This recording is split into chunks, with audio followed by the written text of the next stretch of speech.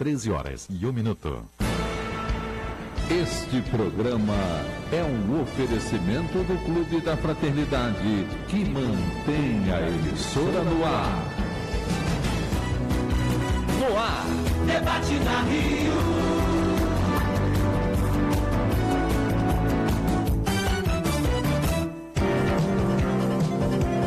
Olá, ouvintes, sou Paulo Guedes, estamos dando início ao programa Debate na Rio, hoje com a presença de Nádia do Couto Vale e Moisés dos Santos.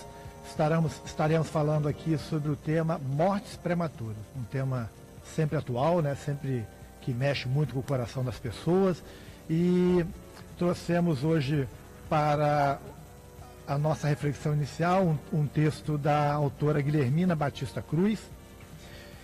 O Debate na Rio é um programa de jornalismo espírita interativo, né? Ligue, participe, 3386-1400, mande suas mensagens pelo WhatsApp 98486-7633. E você, internauta, ouça e assista nosso programa em tempo real no Brasil e no mundo em www.radioriodejaneiro.am.br. E você que está no Face, compartilhe, dê a sua opinião, esteja junto com a gente durante o nosso programa, para que a gente possa realmente ampliar aí o alcance da nossa emissora da Fraternidade. Vamos iniciar aqui a leitura do texto da Guilhermina Batista Cruz. Ela inicia assim: antes que partiram, precedendo-te na grande mudança, não permitas que o desespero te assombre o coração. Eles não morreram, estão vivos. Pensa neles com a saudade convertida em oração. As tuas preces de amor representam acordes de esperança e devotamento, despertando-os para visões mais altas na vida. É uma passagem do Emmanuel, né? Psicografia do Chico Xavier. E ela continua: a morte prematura de um filho sempre causa, além de sofrimento aos pais, muita inconformação e perplexidade. Na verdade, a desencarnação em tenridade ou na fase de adolescência e juventude sempre é motivo de comoção e tristeza para todos. Mesmo que alguém tente explicar as várias razões para tal acontecimento, sempre fica no ar aquele sentimento de incompreensão e impotência. Para os pais, a pergunta inevitável é: por quê? São comuns as indagações. Por que, meu Deus, isso aconteceu? Por que meu filho foi embora tão cedo, se ele tinha ainda uma vida inteira para viver? Que fiz para merecer tanto sofrimento? As respostas para as perguntas que tanto os angustiam faz-lhe, não raras vezes, modificar seus conceitos de vida e morte, levando-os a refletirem na justiça de Deus e a procurar entender seus desígnios. O sofrimento pela perda de um filho é uma das dores mais profundas que se pode ter.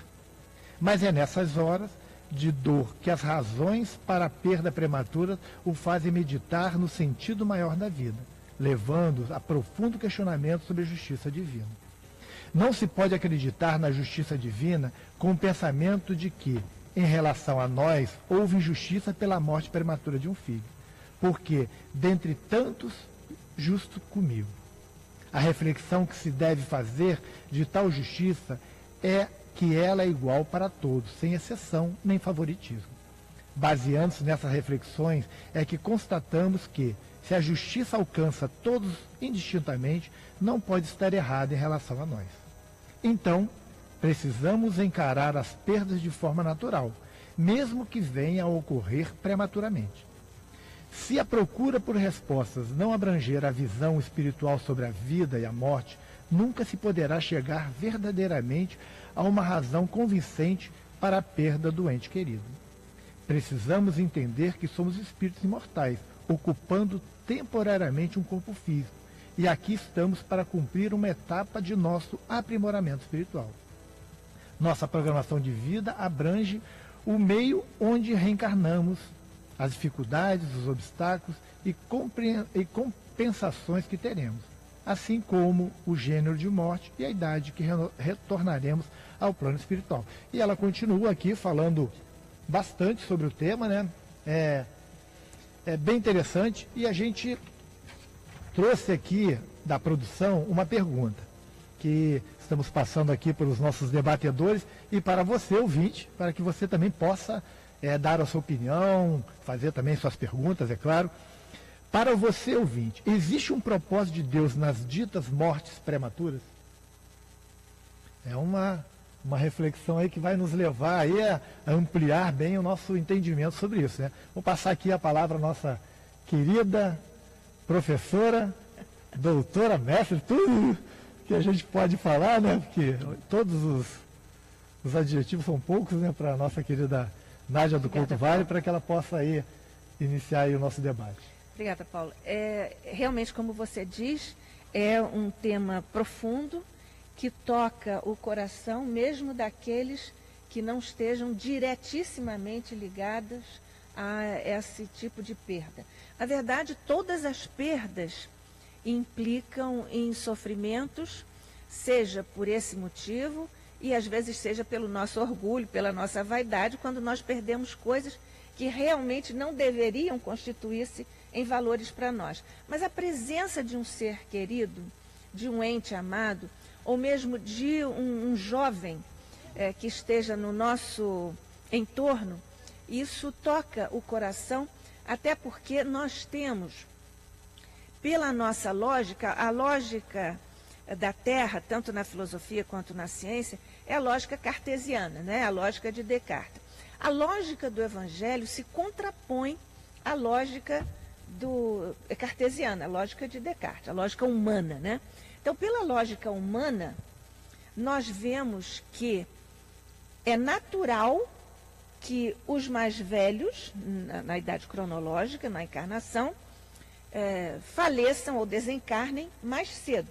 E os jovens continuem até uma idade mais avançada.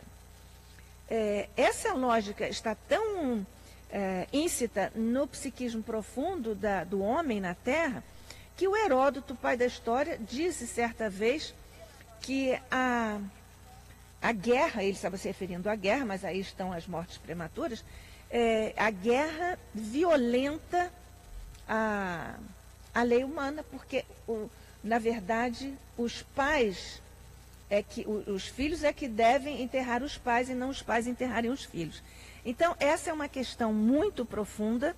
E o nosso Evangelho segundo o Espiritismo, que é este tratado de moral, de ética, com essas pinceladas fundamentais de teologia, tem no capítulo 5º, em que o nosso querido codificador Allan Kardec trata de uma das bem-aventuranças, bem-aventurados os aflitos, e veja, querido ouvinte, e você que está nos acompanhando pela internet e pelo Facebook, na verdade, quando nós estamos diante dessas questões, o Evangelho segundo o Espiritismo nos dá todas as respostas. Essa questão também está lá em O Livro dos Espíritos e está também na segunda parte de O Céu e o Inferno, ou A Justiça Divina segundo o Espiritismo. Então, desse ponto de vista, nós vamos recorrer aqui ao Evangelho segundo o Espiritismo. Lá no capítulo 5º, Bem-aventurados os aflitos, não por acaso esse capítulo é um dos mais longos do Evangelho, junto com o capítulo 28, que é o da prece. Aí já está na estrutura do próprio livro um recado de Kardec, não é, dizendo que a solução para as nossas dificuldades, os nossos sofrimentos, está nesse caminho, nessa vereda para o alto, que é a prece.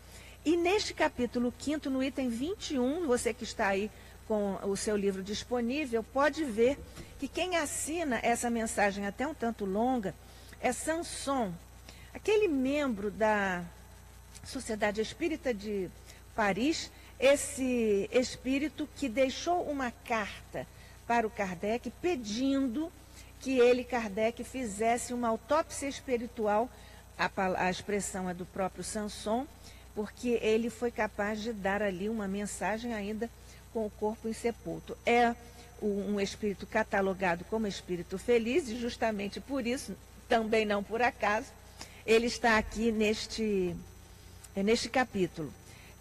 Não sei se daria tempo de nós falarmos só sobre uma ou duas ideias das linhas argumentativas. Para você, a gente tem todos os tempos do mundo. Obrigada. Daqui do Sanson, é porque o Sanson diz primeiro que há uma questão da lei divina que prevalece evidentemente como vontade maiúscula superior à nossa vontade minúscula.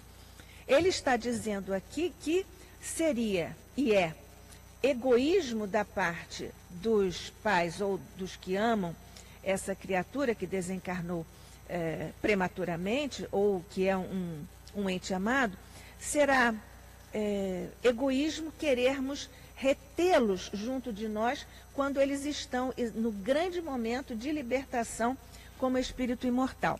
Mas nós temos essas questões aqui em que nós temos certos apegos, devemos confessar essas nossas fraquezas. A outra linha importante que o Sanson expõe aqui no item 21 do capítulo 5º é exatamente isso, que talvez isto possa ser uma providência divina para que esse espírito que está desencarnando prematuramente não venha a delinquir ou não venha a se comprometer mais ainda perante a lei.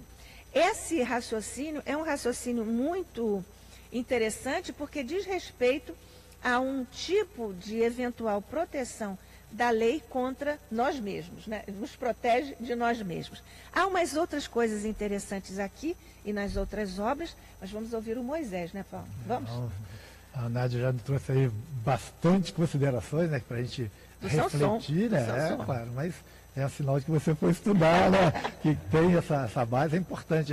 Isso que é o foco do nosso debate, a gente estudar, trazer, né, elucidações da doutrina sobre o tema, né? Moisés. Boa tarde para todos os ouvintes. Vamos buscar sempre no nosso mestre a maior fonte de consolo que se possa ter.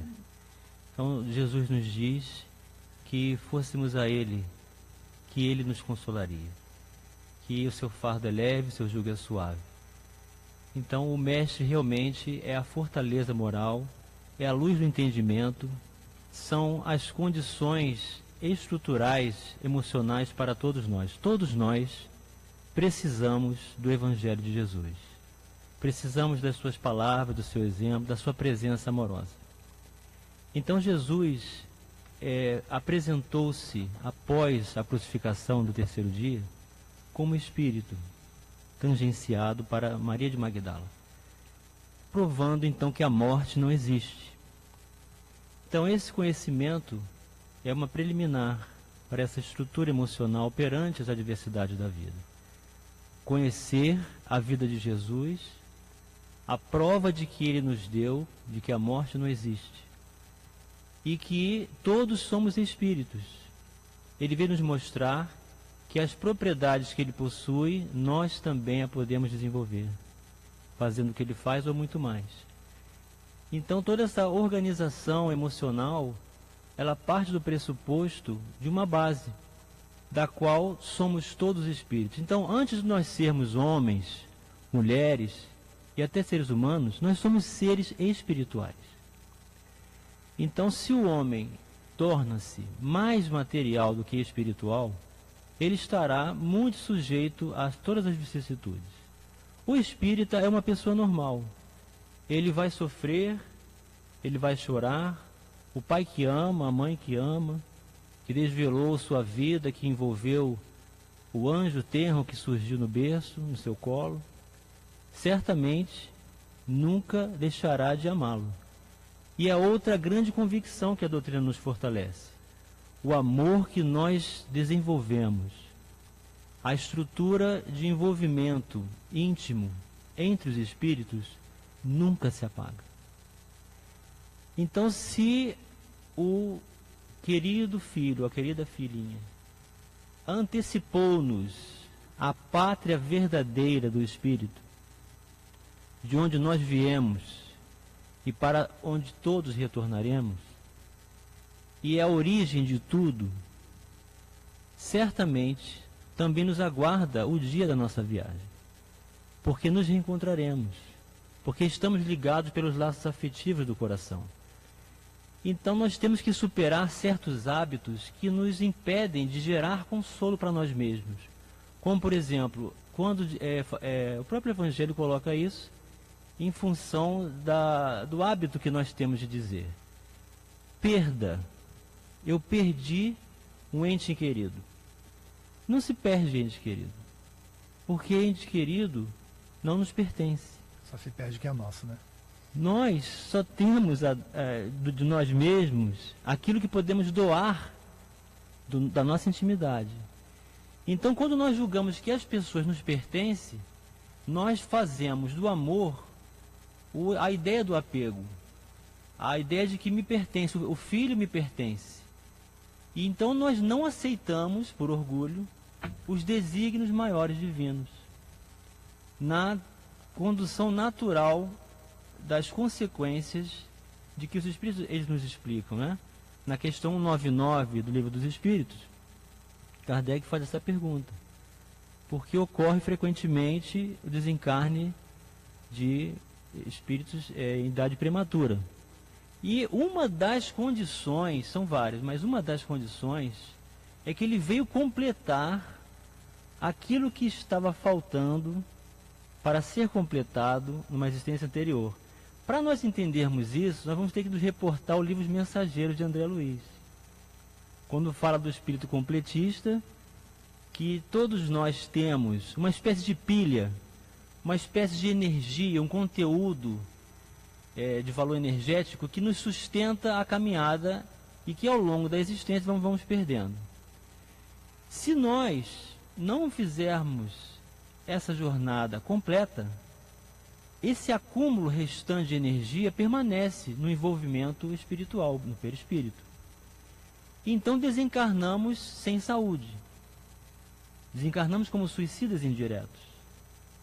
O próprio André Luiz, aconteceu com ele. Ele desencarnou 8 anos antes do tempo que deveria reencarnar. Então ficaram faltando 8 anos. Foi o tempo que ele ficou no umbral. E outros casos mais graves vêm reencarnar para completar e dissipar essa energia que restava e realizar novamente o restabelecimento da sua saúde e então retornar novamente à pátria. Mas daqui a pouco retorna. Daqui a pouco estamos juntos em pensamento, no coração, nos sonhos, nas realizações. Nós não podemos nos entregar à vida ao ponto desse desespero que a página inicial falou, que nós perdemos totalmente a alegria de viver, a doação, o convívio com aqueles que estamos partilhando os nossos ideais, as realizações pessoais. Muitas pessoas deixam de viver, se enclausuram na tristeza, na amargura, na condenação divina e também perdem a própria vida. Então o espírita vai sofrer, o espírita vai chorar, ele vai ter saudade, mas ele não vai se desesperar, porque ele vai se revestir de coragem, de luz e de entendimento que essa doutrina consoladora pode estabelecer para todos nós. São nossas palavras iniciais. São aí as palavras iniciais dos nossos dois debatedores. Eu vou trazer logo uma pergunta aqui. Se não der tempo, você complementa. Elvira de Adrianópolis. A pergunta é bem forte. Onde é Adrianópolis? Eu acho que é para dentro de Nova Iguaçu. É? Eu não tenho certeza, não. Liga para dizer onde é Adrianópolis, né? Perdi meu filho há pouco mais de 1 ano. Qual seria a explicação para o meu filho de 2 anos de idade, inocente, puro, ter um câncer com metástase e partir após 6 meses de tratamento? Punição para os pais? Resgate de um karma familiar? Meu nome dela? Elvira. Ô Elvira, uma mãezinha assim, evidentemente o coração fica dolorido. Claro, ninguém aqui vai dizer que é fácil você ter afastado esse serzinho que você ama com essa ligeireza da vida, retirando desse cenário. Nós nos solidarizamos com essa sua dor, que é uma dor absolutamente imensa.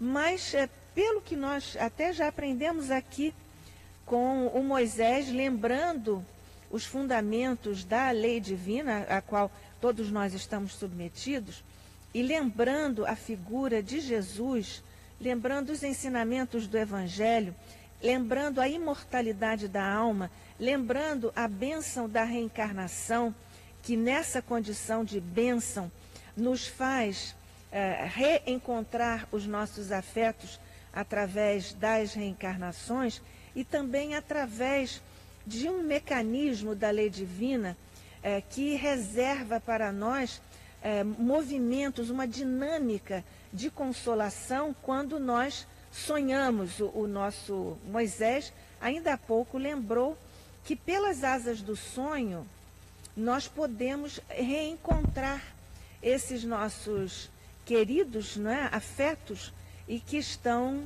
no plano espiritual e nós podemos encontrá-los. Naturalmente que aí há necessidade do aval dos nossos mentores, porque às vezes uma parte ou outra não está ainda em condições de se reencontrar e então às vezes pode até fazer mais mal do que bem em função da permuta de energias que ocorrerá pelo, digamos assim, pelo fato de um dos lados, uma das partes, estar ainda num sofrimento muito grande.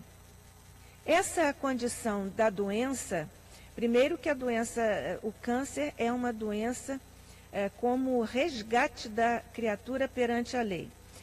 E além disso, há ainda uma questão, retomando aqui um conceito que o Moisés também nos trouxe, que é o da compensação de um tempo que o espírito não pôde cumprir, não pôde muitas vezes por um suicídio, digamos assim, e então ficando essa parte da reencarnação para ser completada, então esse espírito retorna e cumpre exatamente aquilo que faltou para então completar a encarnação anterior que ficou ali incompleta.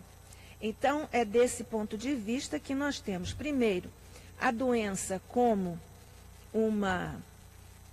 nós poderíamos dizer assim, de uma forma muito grosseira, uma limpeza, entre aspas, do que, novamente aspas, dos karmas, das dificuldades que nós imprimimos no nosso corpo perispiritual em função de alguns desequilíbrios, de algumas opções que nós tenhamos feito e que tenham ficado aí impressas no nosso corpo perispiritual, que precisa, então, expelir essas vibrações que são contrárias à lei, portanto, são vibrações menos felizes para nosso processo de reequilibração.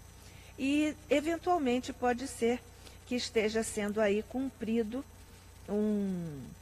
uma faixa de tempo que ficou faltando. E aí, evidentemente, que essa questão, a par de ser um resgate para o próprio espírito, pode ser também uma prova para os pais. Nem sempre, mas pode eventualmente ser. Porque toda essa causalidade primária de todos os movimentos das nossas encarnações, das nossas existências, o conhecimento absoluto disso é privativo de Deus. E é claro que então a doutrina espírita nos explica as possibilidades dos ascendentes kármicos dessas situações. Ao seu coração, querida Elvira, nós queremos deixar o nosso beijo, a nossa solidariedade e muitas vibrações de fé, de amor de Jesus e de Maria, que desce sobre todas as nossas dores, particularmente das mães na terra, o seu manto de consolação, de amor e de paz. Deus te abençoe. Vamos agora para um pequeno intervalo, já voltamos com o programa Debate na Rio. Debate na Rio.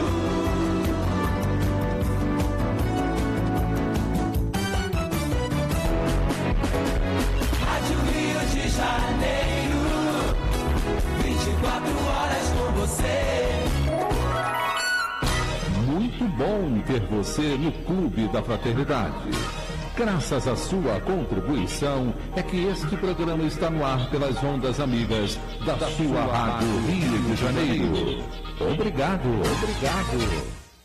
Mednesp no Rio de Janeiro, entre os dias 14 e 17 de junho, acontece a 11ª edição do Mednesp, Congresso de Saúde e Espiritualidade, com o tema central Ciência, Saúde e Espiritualidade, construindo práticas e desenvolvendo saberes. O evento acontecerá durante o feriado de Corpus Christi, no Rio Centro. Não perca essa oportunidade. Participe. Inscrições pelo site www.mednesp2017.org.br ou através do telefone 0 operadora 2122154476. Organização Associação Médico Espírita do Brasil, Iame Carioca. Ninguém tem o direito de decidir pela vida do outro. O nascimento de uma criança é a alegria de muitas outras vidas. Deixe que essa criança cresça, aprenda, sonhe, tanto quanto você já cresceu, aprendeu e sonhou. Campanha pela vida contra o aborto.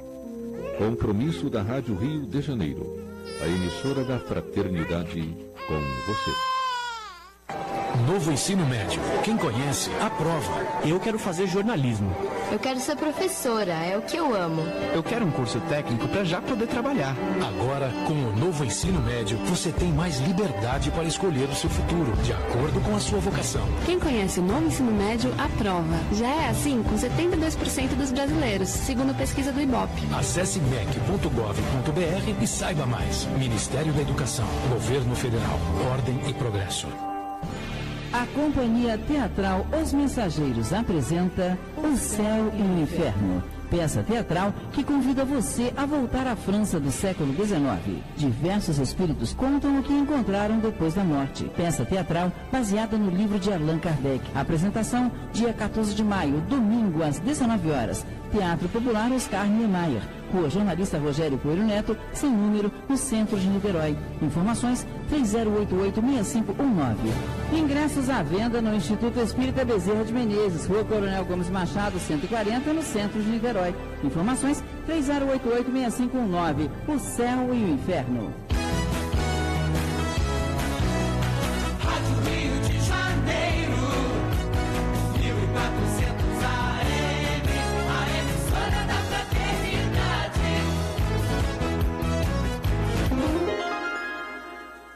Treze horas e 28 minutos. Debate na Rio.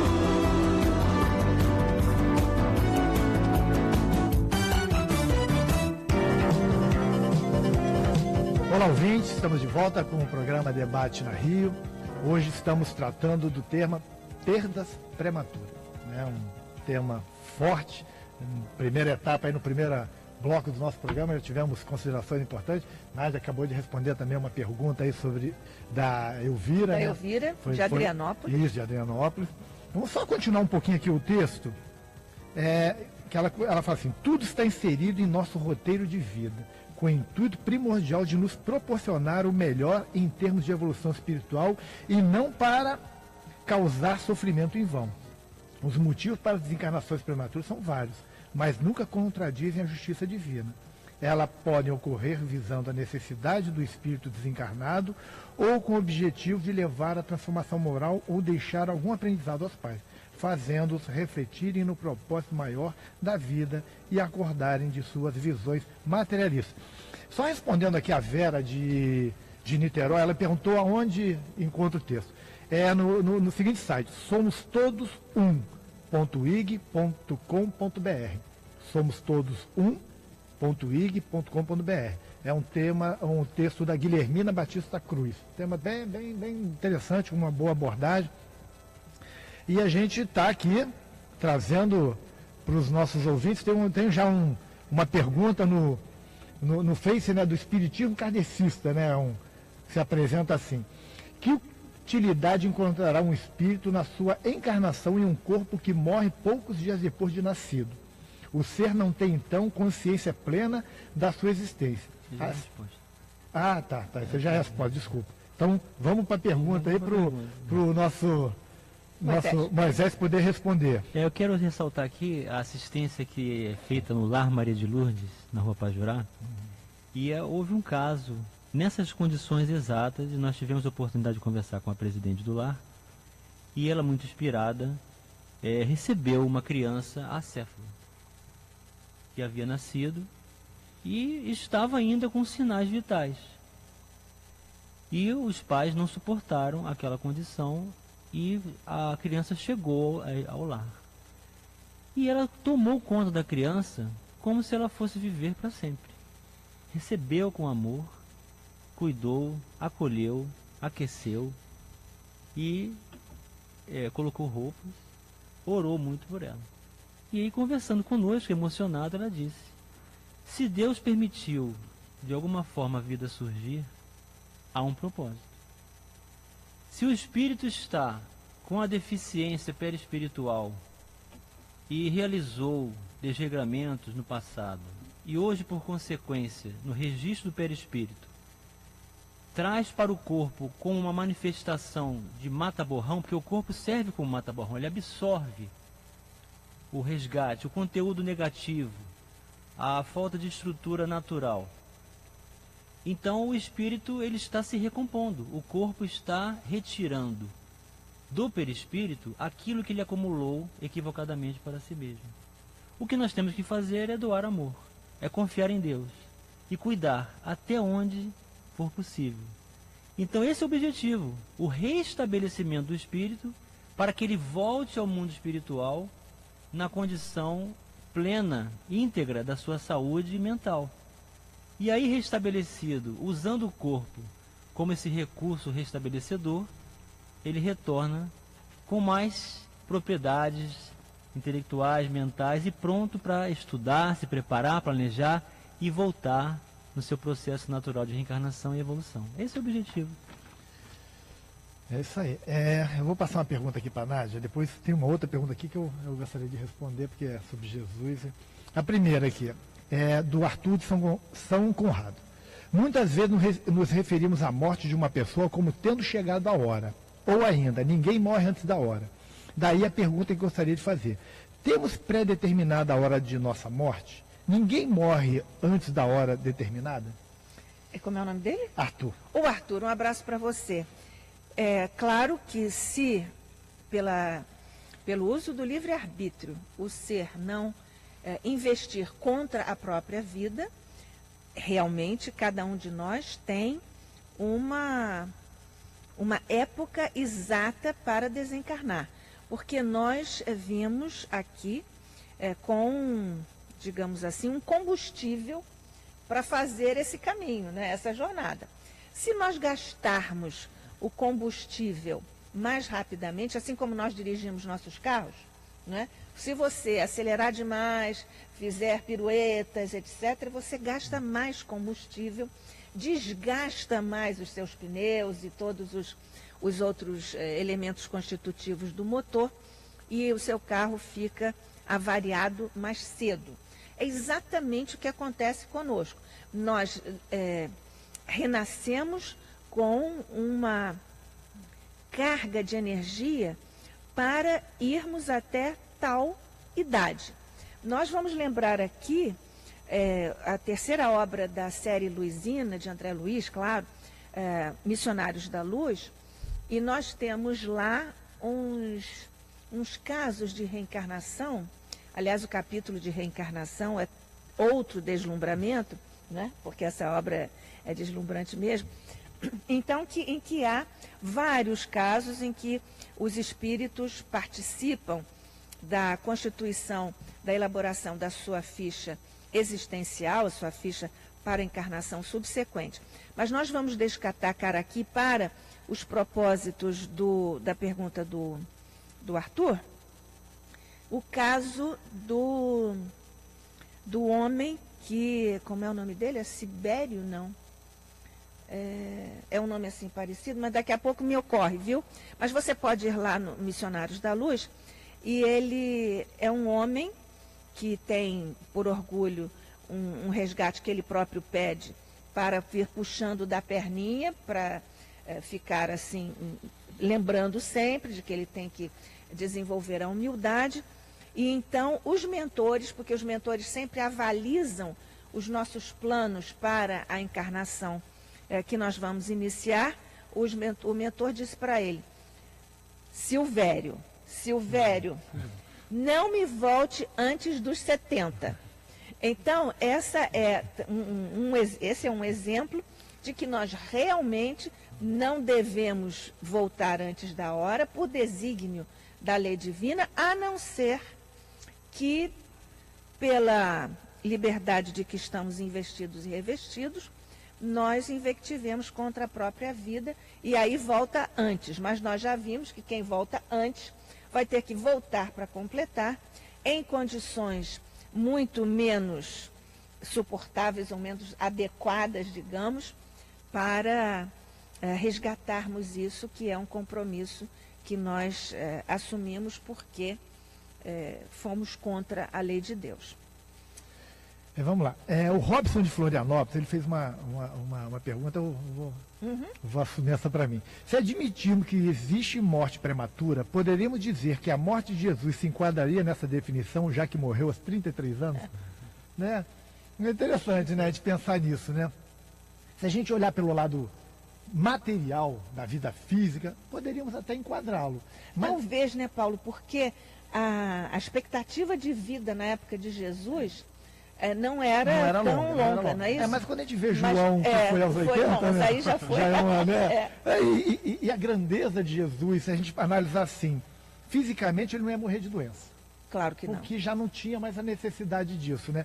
Mas se a gente olhar pela missão que ele veio cumprir, não teve prematuridade nenhuma. Ele veio, ele teve aqueles 3 anos para fazer acontecer a grande virada da humanidade. E realizou com nota 10, né? E o coração de Maria, ao retornar após a crucificação, ela chegou em casa sem o seu filho. Foi.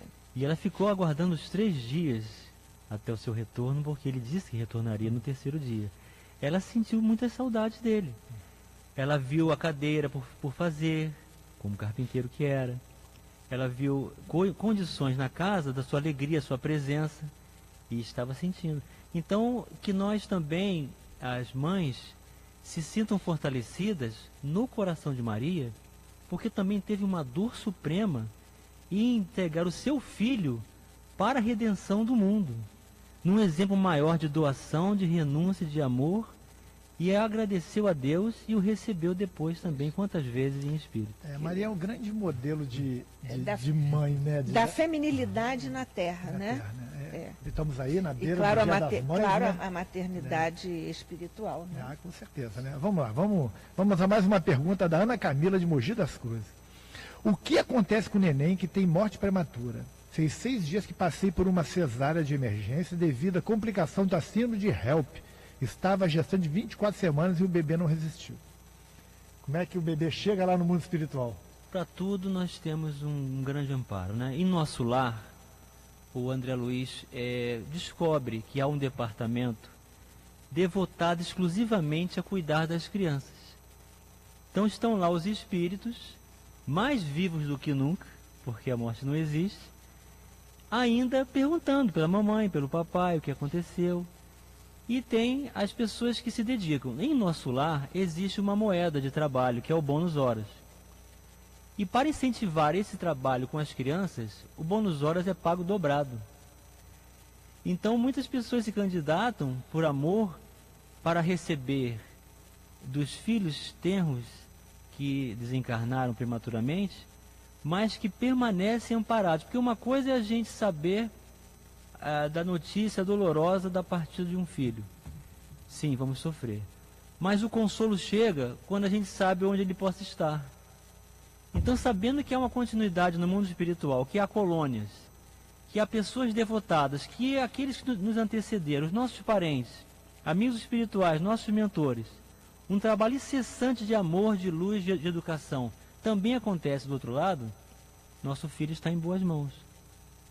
Então, que esse entendimento possa nos trazer a fortaleza do consolo de que o nosso filho está lá, seguro, amparado, estruturado, seguindo um caminho de reeducação para restabelecer mais adiante o nosso contato.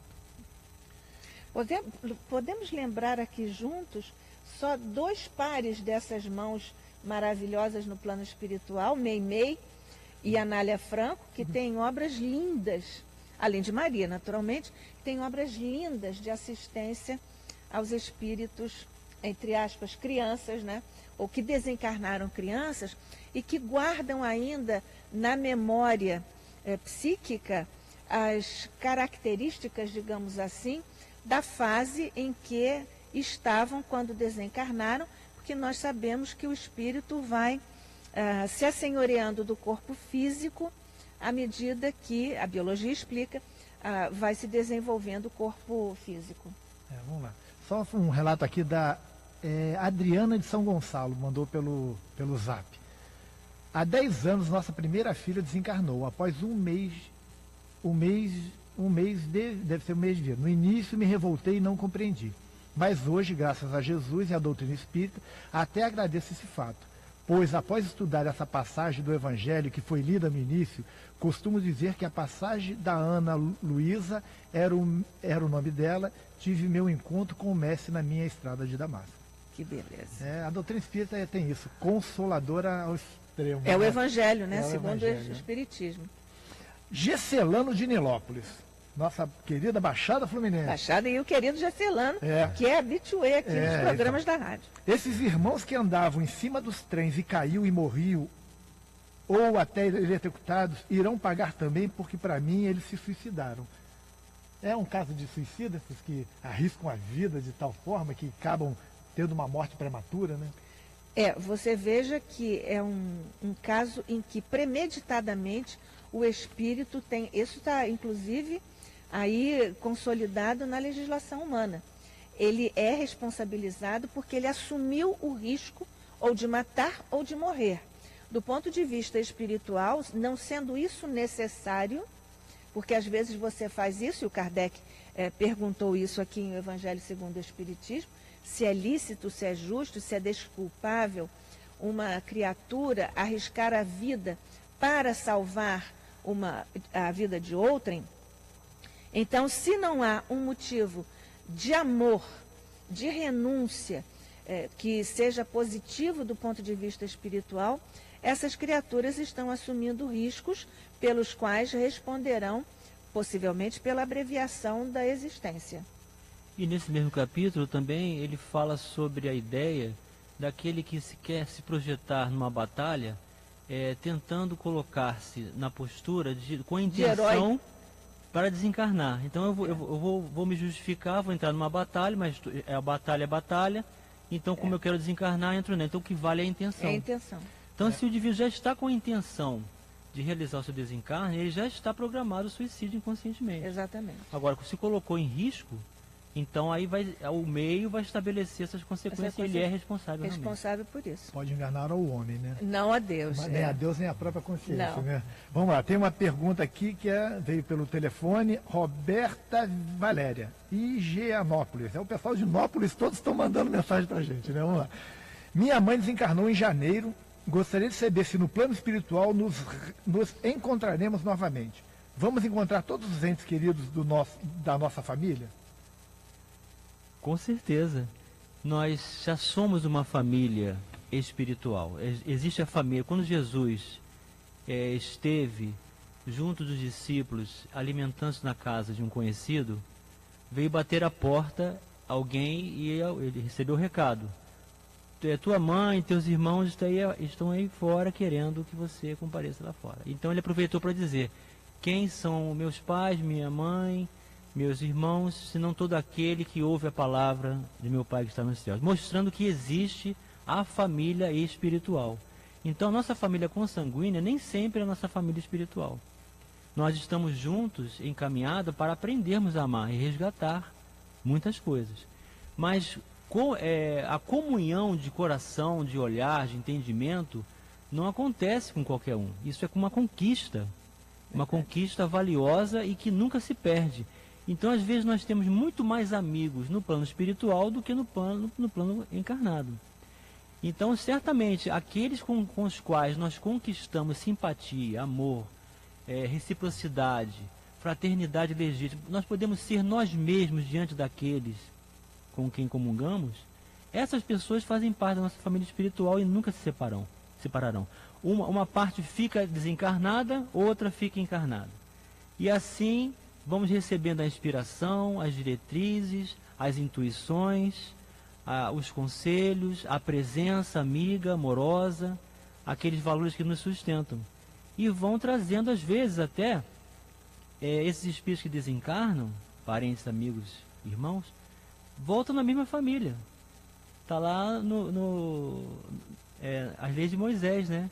Que Deus vai punir na terceira e na quarta geração, né? A terceira e a quarta geração é o próprio espírito voltando dentro da própria família. Então o avô pode reencarnar novamente como seu próprio bisneto. Ou neto. Ou o próprio neto. O pai depois como por aí vai. Então a gente tem sempre o reencontro, a oportunidade de seguir. Estamos sempre próximos daqueles com os quais temos que passar grandes oportunidades. Um exemplo é que o nosso querido Emmanuel, não é isso? Quando era o Públio Lentulus, não é isso? Ele era neto de si mesmo. Ele era a reencarnação do avô dele. Com certeza, vamos lá. Mensagens aqui chegando, começou. Maria Clarice de Petrópolis. Boa tarde, amigos queridos. Já passei pela viagem de meu filho Vinícius, de apenas 4 anos e meio, atropelado na calçada saindo do aniversário de uma amiguinha. A dor é imensa. Fiquei viúva aos 36 anos, meu marido infartou, pois não suportou a dor e eu não era espírita, e sim muito católico. E meus pais nos diziam sempre que nada e nenhum fio do nosso cabelo cai sem a permissão divina. A fé me sustentou, é todo o meu suporte. E graças a Deus entendi todo o processo na casa espírita. A doutrina espírita, né? E o interessante a gente ver que a fé, independente de ser espírita, ela sustenta, né? Ela era católica, a fé sustentou ela e depois ela teve o entendimento na casa espírita. Né? Isso é muito legal, né? A gente vê, né, como as religiões são um sustentáculo para o mundo. Como as teologias estão se completando, estão né? se completando, são um sustentáculo, né? Deixa eu ver se tem mais alguma pergunta aqui.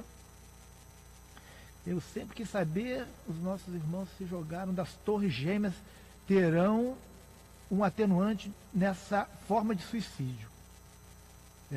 Como é o nome dele? Éder Luiz da Rocha, de Paraguaçu, Minas Gerais, sul de Minas Gerais. Ele está perguntando aqueles que fizeram aqui, os casos lá, se vão ter um atenuante, né, por essa forma de suicídio, por causa do fanatismo religioso. O que você me diz aí, né? Olha, como é que é o nome dele? Éder Luiz Dias da Rocha. O Éder Luiz, um abraço para você. Efetivamente, nós precisamos ver o móvel do suicídio, não é isso? Nesse caso, você veja que há aí um componente emocional muitíssimo forte. Essas pessoas estavam premidas pelo desespero, porque o instinto de conservação ali estava muitíssimo ameaçado. Então, como num impulso de se defenderem do que julgavam que era a morte certa pelo fogo, tentaram, isso não deve ter sido racional, né? A racionalidade passou muito longe daí, foi um momento de desespero que tomou aquelas criaturas e elas, presas do desespero, ficaram assim buscando uma, aspas, salvação. Efetivamente, essa fuga da vida pode eventualmente ter tido alguma repercussão na trajetória do espírito, mas acreditamos que tenha pelo menos havido uma larguíssima carga de atenuantes ou de atenuâncias nesses casos. Vamos lá, tem uma pergunta aqui de Andréia Meirelles, pelo Face. A tia do meu marido, um dia antes de desencarnar, perguntava a todo tempo por que o quarto estava cheio de gente e só tinha nós duas, inclusive seus pais, um médico amigo, todos já falecidos. Vieram eles ajudar em sua passagem? Com certeza, nesse momento de transição, tem sempre a despedida, né? Que é com muita alegria. A gente e a recepção também, né? Isso. Nós começamos a estabelecer esse desenlace numa espécie de transição. Então, o espírito passa, não tem mediunidade de evidência, mas passa a ter, porque já está se desenlaçando do corpo, então ele começa a ver os dois planos. Então ele vai ali se fortalecendo, vendo que outras pessoas estão adentrando o seu quarto, aconchegando a pessoa naquele momento, fortalecendo ele, envolvendo com tenuíssimas ideias de amor, de consolo, serenidade. Então a pessoa vai adquirindo coragem e sabe que ali há uma continuidade. Então por isso que a serenidade, o equilíbrio, a fé, a oração é sempre um recurso restabelecedor. Porque por isso nós estamos dizendo, o desespero nos desconecta totalmente do plano divino. O desespero é a nossa falta de fé, é a nossa condição temerária da vida, a nossa fragilidade colocada de uma forma tão exposta que nós não nos ajudamos e não deixamos ninguém nos ajudar, nem Deus consegue nos ajudar quando a gente se revolta, quando a gente se rebela, quando a gente acha que há injustiça. Então, que a nossa visão de justiça, ela se amplie e não fique estreita dentro do plano das coisas materiais, porque a justiça divina, ela é ampla, ela é envolvente, ela é perfeita. Nós não a compreendemos completamente, mas podemos tornar-nos receptivos a ela. Então o consolo vem os mensageiros celestes, nos amparam, nos acobertam de luz e seguimos o nosso caminho com ele. Isso infunde segurança no momento da desencarnação e esperança, né? Que reencontro, né? Estamos chegando ao finalzinho aí do nosso programa, né? A hora voa, né? Voa. Eu acho que eu não me lembro de ter um programa com tantas participações de ouvintes, assim, com perguntas, né? E nos deu a possibilidade de aprofundar muito. As perguntas foram muito oportunas, né? Abrangeram um bastante tema, né? Dentro muitas facetas do tema. É muito interessante, né? Só para que os ouvintes já saibam o tema da semana que vem, nós estaremos falando semana que vem sobre o suicídio, especificamente sobre a questão da baleia azul. Então, preparem suas perguntas e suas participações para que a gente possa realmente fazer mais um programa de qualidade, como o aconteceu. Foi o de hoje, né? Hoje foi muito, acho que foi um programa muito feliz, né? Eu acho que a participação foi muito, muito boa. Tivemos aqui, a gente não consegue falar de todo mundo que participa, é uma quantidade de gente muito grande, a gente acaba pensando uma pergunta ou outra, porque não dá para a gente responder a todos, né? Já estou pedindo para repetir o tema.